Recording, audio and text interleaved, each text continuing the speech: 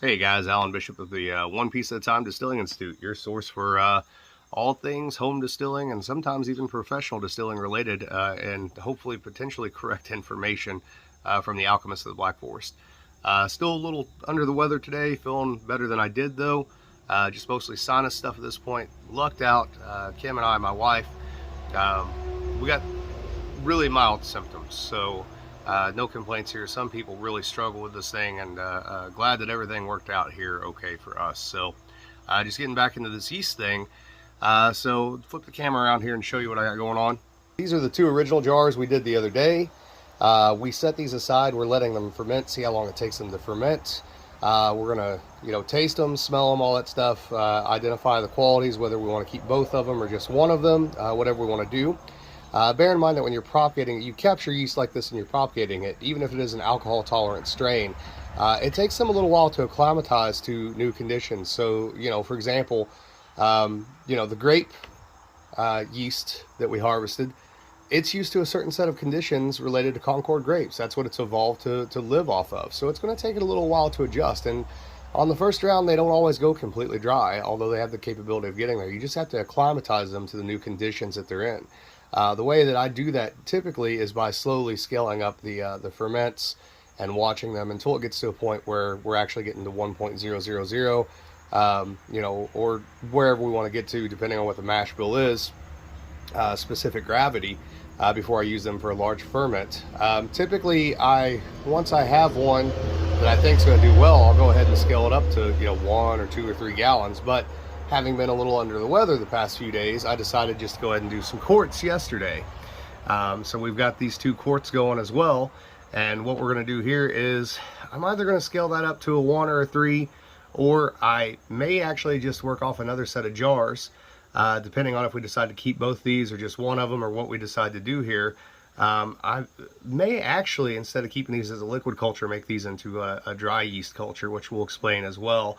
It's actually not that hard. It's not that difficult. It's not the same as the dry yeast you buy, but it's an old 1800s method that seems to work extremely well for us. So all that being said, let's get into these first 2 jars and see what we've got. I don't have my tripod out here, so we're going to have to see if we can't set you up here against this little jar of moonshine. And again, still struggling a little bit. I haven't lost my sense of taste, sense of smell. My smell's a little muted, but it's mostly just sinus related, I believe. So let's see. Start with this is the one we propagated off of oak.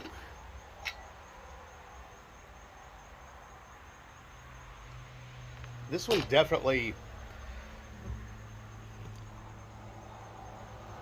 has an almost earthy, sort of like after it rains, that ozone sort of smell to it, but there's also a sour component to it, which I think may be lactobacillus. If I had to guess, just off the aroma of this one's going to be a lot less alcohol tolerant initially. I've used this one before, especially for low gravity washes and mashes, for stuff I didn't take to real high alcohol, where I was really concerned with flavor more than anything. And very rarely have I ever had this one finished completely dry, and so it doesn't get used a whole lot if I want to try to make an actual decent amount of liquor. But there's something appealing about it. And there's still quite a bit of sugar in that one. The other thing I noticed about this one too, this one seems to be a bottom fermenting strain. So if you notice, and obviously any yeast will do that, but when you shake it, it seems to be all the CO2 being released from the bed at the bottom. So as opposed to most top fermenting yeast, which you'll actually see working on top of the mash or the wash, like what you see at big distilleries. If you go back and look at that short I did from Wilderness Trail, that's a really good example. So this is a grape one. And immediately to me, this one has a lot more, let's say, alluring sort of profile to it. The grain is there, it's present. I can tell there's more alcohol here, even without tasting it. There's a nice sour note to it as well. This one has really more of like a sourdough bread sort of characteristic going on. So, and it's still fermenting pretty decent. It's slowed down, but oh, that one has eaten so much more of that sugar than the one from the oak. The oak one is interesting, but honestly, it's not that practical for most distillers, right? Unless, again, you want to play around with very low ABV stuff, you know, apple brandies at, you know, 4 or 5% alcohol, 6%, something like that, where you want to keep the volume down in order to pull off a lot of very heavy flavor profiles. In this instance, probably, I think what I'm going to do is we're just going to go ahead and toss out the oak sample.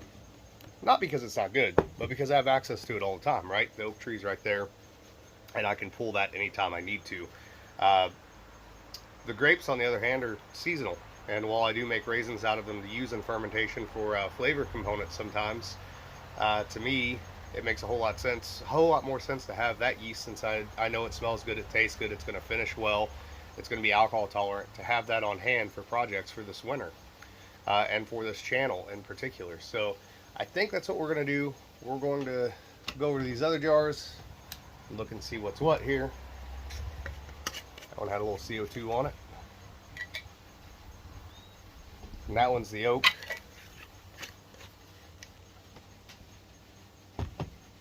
This one's the grape. You can even see how much more CO2 it has built up here than the other one did.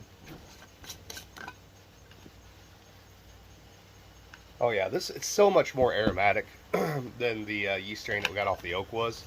So what I'm going to do is I'm going to start today bulking this up.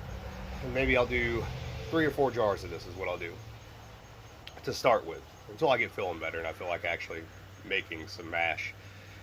Once I get those jars going, just like this, and I'll probably even use this one too.